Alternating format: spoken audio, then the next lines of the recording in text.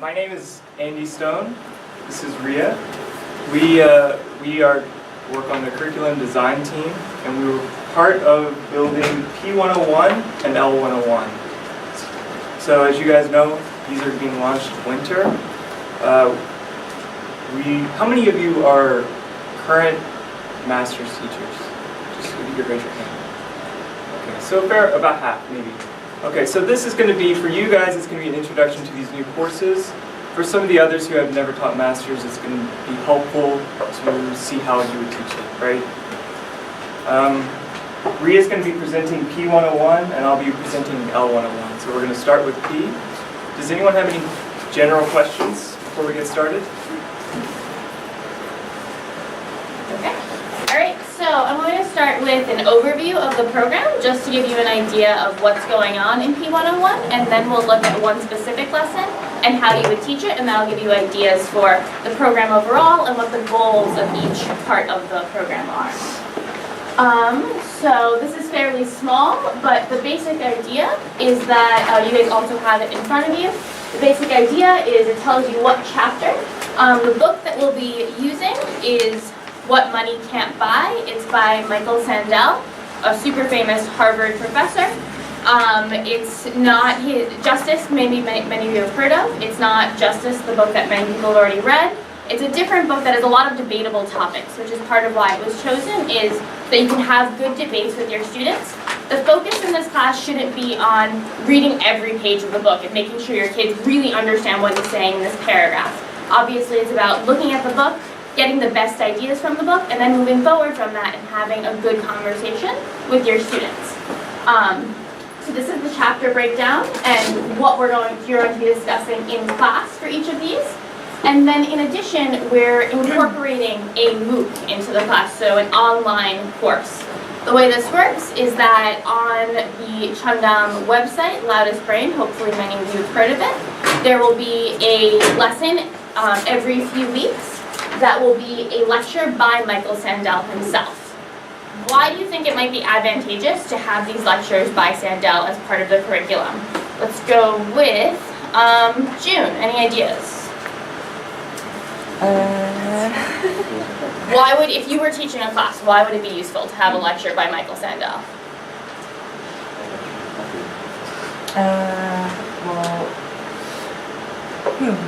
No ideas. That's okay. That's why we have this. In blue shirt, I don't know your name. I'm sorry. Matthew. Why would we want to hear from Michael Sandel? I would say he grounds it a little bit, at least for the students. It connects it more with the person whose ideas they are. Good, exactly. It connects it to the person whose ideas there are.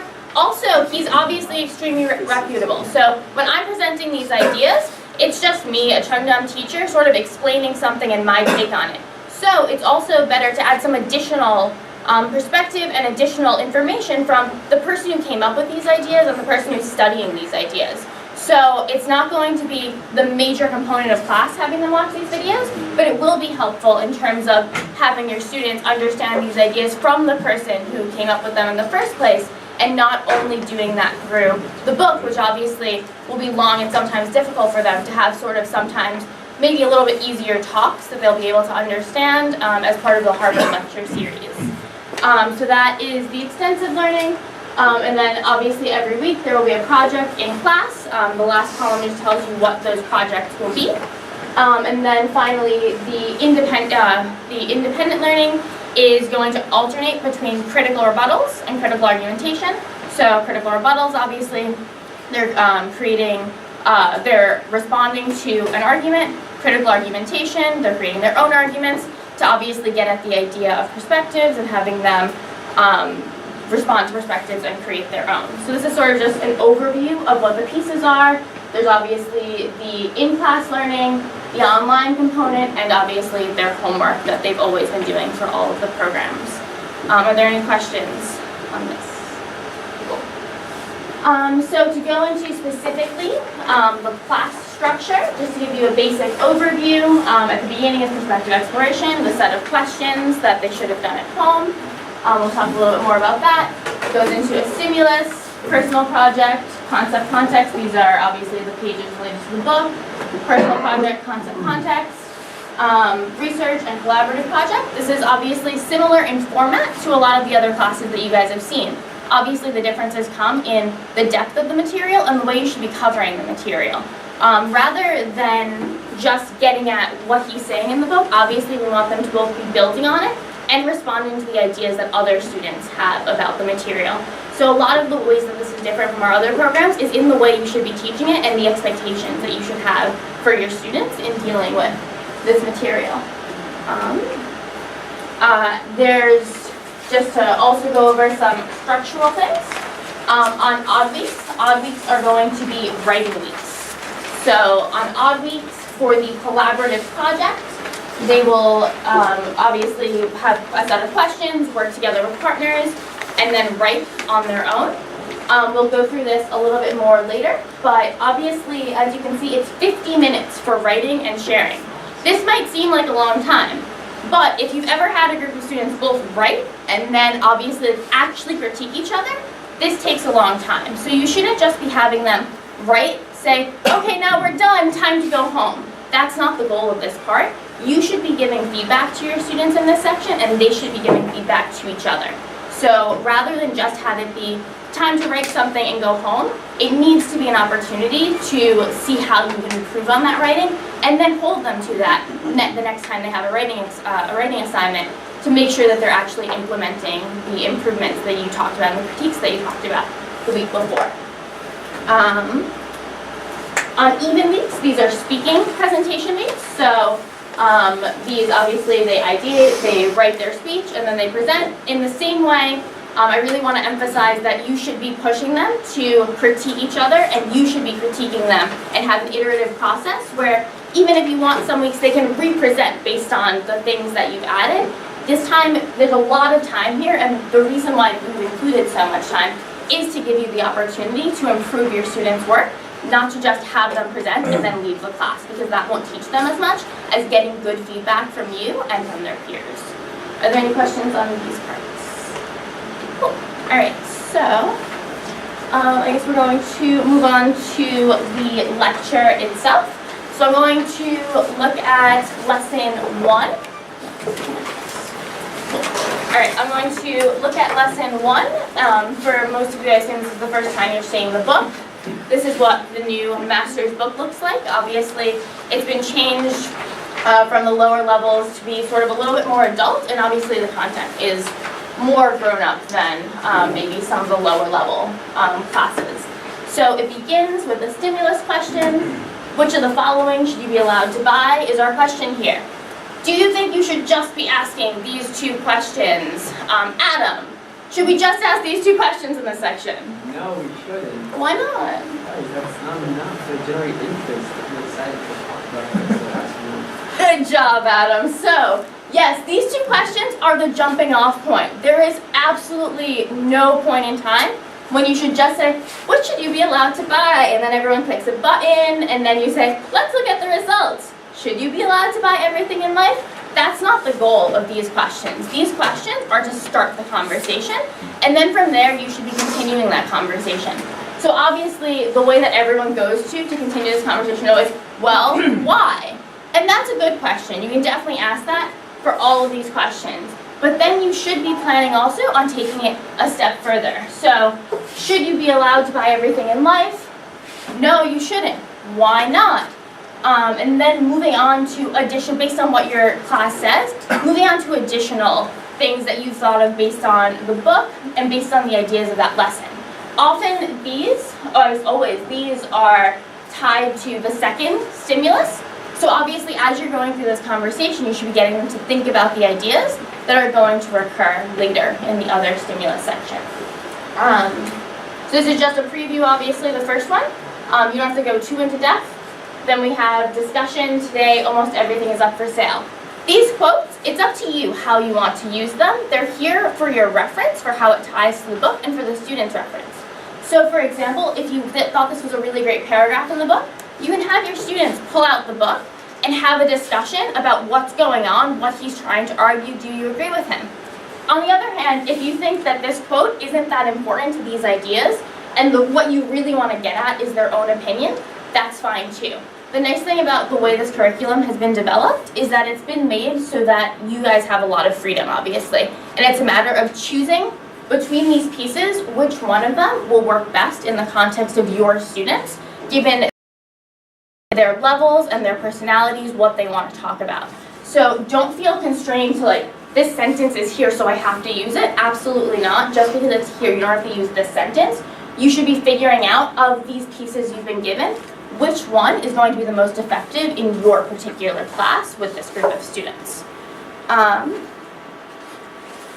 Most weeks, there will only be one stimulus at the beginning. However, for week 1, there's 2 stimulus just because there's no perspective exploration. So this is another potential stimulus. Would you shoot an endangered black rhino is our question here. What kind of person would want to hunt endangered species? Again, make sure that you're not having par conversations about these topics. So it's very easy to say, what kind of person would want to hunt endangered species? I wish I had a list of names. Brian. There's a Brian somewhere, right? Who's Brian? Brian. What kind of person would want to hunt endangered species? A rich person. Why would a rich person want to hunt endangered species? What type of student are you? Why would a rich person hunt endangered species? Because they're rare, it's just something to have. They're rare and it's something to have. So then from that, I could ask about, so do you think a poor person would want to hunt an endangered species? I could ask, is it because they're rich that they want to hunt endangered species? So take what your students say and ask questions that go off in different directions from there, rather than just leaving it at, what kind of person? A rich one. What kind of person? A nice one. A mean one. Don't just leave it at simple answers. Have them engaging, obviously, in a discussion with their classmates. There's a lot of fodder for debate and disagreement in this book, and part of your class should be creating a culture where your students will disagree with each other, and having that be okay, and not like, I'm so mad at you because we disagreed, but rather just having them be willing to disagree. This is just another discussion question.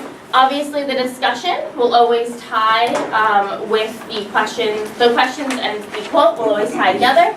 So in this case, it's a quote from the book about the fact that people can shoot black rhinos, and then it's asking, what do you think about that? Again, don't feel constrained to use every single piece. It's a matter of just doing what works best in your classroom. Are there any questions on how to deal with these stimulus sections? Let's move forward. Okay, so this is obviously the personal project. There's always an explanation of it, and then obviously a project. These projects are different from a lot of projects in other levels in that it's often designing a program or a business plan of some sort that students will need to think through. In doing this, make sure that both you are critical of what they're doing and that they're critical of each other, so that they're not just generating the first idea that comes to mind. The reason why we have so many steps, obviously, for these processes is so that they're thinking deeply about this and thinking about not just, oh, this is the first idea I thought of, but rather thinking, is this the best idea? What's another possible solution? Is the solution better? So when we're asking them to problem solve, we don't want them to come up with one solution and say, this is the best, we're done, but rather have more iterative processes in this master's class than you usually would in your classes, because we want them to be improving their ideas, not just dealing with the first thing that comes to mind for them. We've also added, in the text, it will be key terminology instead of definitions. These are always going to be terms that Michael Sandel uses that maybe students aren't going to understand in many cases.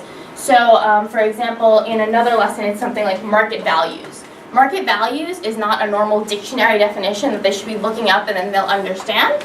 These aren't things that you should be spending time going over, like, let's talk about this definition. That's not the purpose. Rather, you should be, when you're going through the questions, you should be eliciting these words from them and making sure they're understanding these important concepts, and then that will allow them to, when they're going home and doing their reading, be able to understand what he's saying using the terms that he's saying. But I want to emphasize that this definition section, you shouldn't be like covering in class. It's not like, let's learn the definitions or key terminology. They should not be learning that in class. It should just be a reference for them and a resource for you as a teacher to make things more understandable for them. So obviously empathize, you guys have seen similar things before. There should be, obviously you can pair off your students. If you think group work is better, that's fine. Pair off your students, have them work together, have them present their answers, and again, critiquing every stage rather than just presenting something. For the personalized section, obviously they'll be working alone on this section. They'll go through, come up with their answers, and then share, critique each other again, maybe talk about what the best answer in the class is and why. So for share, it says, what are similarities and differences? What we really mean is have a discussion about these ideas. Don't just say, oh, well, the girls thought that money was a good idea, and the boys thought that gifts were a good idea. You need to have more of a conversation than that. Why is money a better idea? Why would gifts be a better idea? Have them engaging in dialogue about what ideas they're presenting, not just presenting an idea and saying, okay, now I'm done, I did my assignment. There should be a lot more sort of critiquing in this class. So this is the concept context pages for these lessons. At the master's level, we've gotten rid of the old boxes where they're supposed to fill in things from the book. We don't want them to be sort of doing a word find in the book. That's not what they should be doing at a master's level. They should be understanding the content and having a dialogue about that. So there are sort of three parts to this page. The first page is key terminology. Again, like the other page, don't spend time going over this. Rather, this is for your reference and for the student's reference, so that when Michael Sandel does start dealing with terminology that you're not going to necessarily understand, you can refer to it, you can use that moving forward, but then you're not going to sit there and discuss, so what is a market value? It's just a matter of making sure that you can deal with Michael Sandel's language and run a good class with these ideas. The second part is, obviously, it says discussion. The main discussion they should be having here should be about just like, what does Michael Sandel say? What are the ideas that he's presenting? If your class is really interested in one of these, you can absolutely go into depth on it. But the point of this isn't to like have them read it out loud and understand every part of it. Basically, each of these quotes is an important idea that Sandel expresses. After that is just a question related to that quote. The question's answer should always be fairly obvious based on the quote, and it's not supposed to be a difficult question. These aren't really supposed to press them. This is just so that you have the important ideas on the table. So we have the three most important ideas on the table, and then we can move on to our discussion. And this is the meat of this section. You shouldn't be spending 8 minutes on these questions and then spend 2 minutes on this discussion. It should be getting through the comprehension questions quickly so that then you can have a good discussion using what you've just talked about and building off of Michael Sandel's ideas. Two other things to note. One of them is that these pictures are supposed to be more than just like a picture, and you don't have to use it in your class, but if one week you think that you can have a good discussion around it, that's fine. You can absolutely use them. So for example, for this picture, I might ask my students, like, is this what most stores are like? No. Why? What's weird about this? Like, what are some things that these people are buying and selling? And then you can get back to either should they, or like how would this system work even. Just sort of follow the leads of what your students are interested in.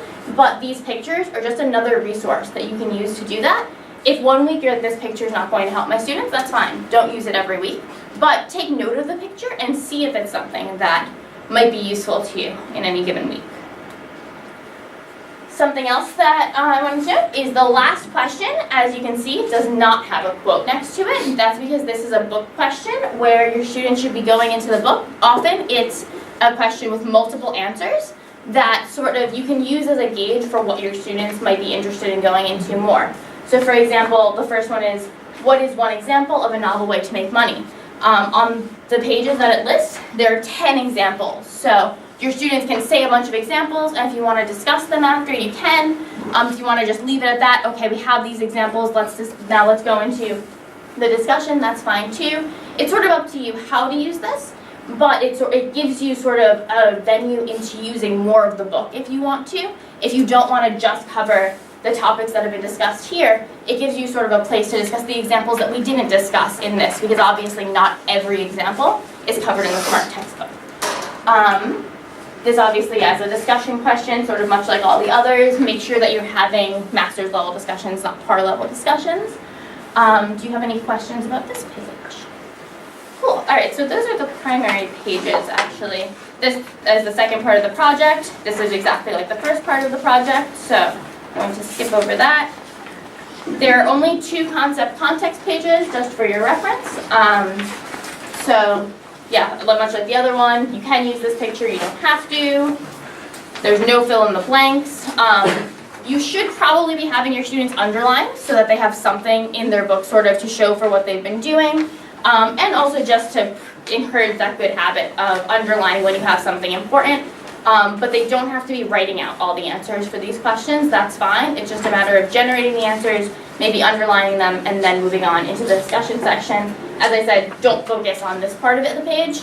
Use this as a jumping off point for the bottom half of the page. This is a second stimulus. It'll always be related to the first. So definitely before class, as you're prepping, you should be looking at the stimulus and the payoff and seeing how they're related and what sorts of ideas you want to elicit the first time and what sorts of ideas you want to elicit in the second conversation. So for example, this one discusses what market reasoning says and how can we save endangered black rhinos from being shot. So maybe when I saw the first stimulus, I thought, oh, maybe I want to ask, how can we save endangered black rhinos? But obviously be wary of not checking what your 2 stimulus are going to be before you go into your first conversation. Because you don't want to push your first conversation into being your second. And then you're like, well, we already covered this, skip this. So it's better to sort of know what the 2 of them are and have a plan for how they're going to work together. And I think that would make a much better class for you and for your students if you know sort of where you're going with these 2 pieces. And they're always related in a way that once you read the book and you look at the 2 stimuli, you should be able to obviously see how these 2 things are going to be related and what they're going to show your students. There's nothing else on this page. Like I mentioned before, the research section is one of the sections that has changed a little bit. So we're giving them much more time than previous modules gave for the research section. The reason why is because at a master's level, we don't just want them to be summarizing a single article and just saying, oh, this is what one article said. Instead, we want them to look for a few resources and write their own article that synthesizes information from different places and that decides what's most important, obviously, from these. You don't have to push them into all writing sort of the same article, like these are the major details from all the other articles. It doesn't have to be that. If they want to focus on some particular element in all the articles, that's fine. Sort of encourage them to be synthesizing information in an interesting way for this section. So the prompt is, how has market thinking affected labor practices around the world? Obviously, the media library, sometimes it's difficult to get your students to realize what they should be searching for. One hint that I can give you guys to help your student in leading your students is that the articles will always be related to these examples. So if you're unsure of what sort of articles they're looking for, these examples are the articles that they're going to find in the media library. So you can sort of lead them in this direction for the research component. Does anyone have any questions on the research component? It has changed. Okay. Perspective matrix is fairly similar to some other classes. So obviously they should be putting the perspective matrix, the item where it goes on these two axes based on the research that they've done and the presentations that everyone's done. And then you can use the capture function to share that and see what everyone says throughout the entire class. Also, because he's using some similar ideas throughout the entire class, some lessons will have the same thing, the same two axes with different items. So, for example, market value and non-market value comes up throughout the lectures. So if you want, later on in the term, you can bring back some of these old ideas and say, also plot these three things and sort of build a bigger graph of these are different things that we've talked about throughout this entire term, and these are how they all relate to each other. Not just things in medicine, but also things like paying to shoot a black rhino and sort of bringing different topics together. This is an opportunity where you can do that because not all of them are market value and non-market value, but there's definitely a few of them throughout the term that will return to this idea because it's central to the book. Do you have any questions on this? Cool. Alright, so yeah, this is fairly similar to everything we've already talked about. That page. Okay, so the writing section, I already briefly discussed, but just to reiterate, your students, obviously, much like other sections, the topical expressions they should be using, don't spend time being, like, much like the vocabulary, don't just tell them, like, strengths and weaknesses means this, learning styles means this. Obviously, don't spend time going through that. You should just be making sure they understand them. If they have questions, answer them, refer them to use those expressions, but you don't have to spend time in class going over them. And then for the writing section, they should use the ideas that they've generated as a group to write on their own. As I mentioned before, it's so important to not just have this be write it and leave. Like, this is a really good opportunity for you to both circulate in your classes and help your students, and also give feedback at the end to either the entire class, or if you want to, like, sometimes in my classes I give notes to individual students about something they can improve if I didn't want to, like, embarrass them in front of everyone about something they've been doing poorly. It's up to you how exactly you want to do this, but the key thing is that you need to give feedback. It can't just be that they write it and then they leave class. So this is pretty much the lesson. Obviously, I think you've probably all seen these infographics before. This infographic is not a component of the class. You don't have to go over the infographic. It's more of a reference for you and your students, and you absolutely can integrate it if you find it useful in your classes. So if you, in the middle of class even, you can refer to it if you want to show, like, how things are progressing throughout the lesson. But if you don't find it helpful in your class, or something that your students are really just resonating with your students, that's fine. It's just a resource more than anything else. And I guess that is everything for the new master's program for P. Does anyone have any questions? Concerns? Cool. All right. Do you guys know what P stands for? Representation. Perspectives, yeah. It's a good guess. Yeah. There are any other questions overall, the materials you've been looking through? Any general questions about P101?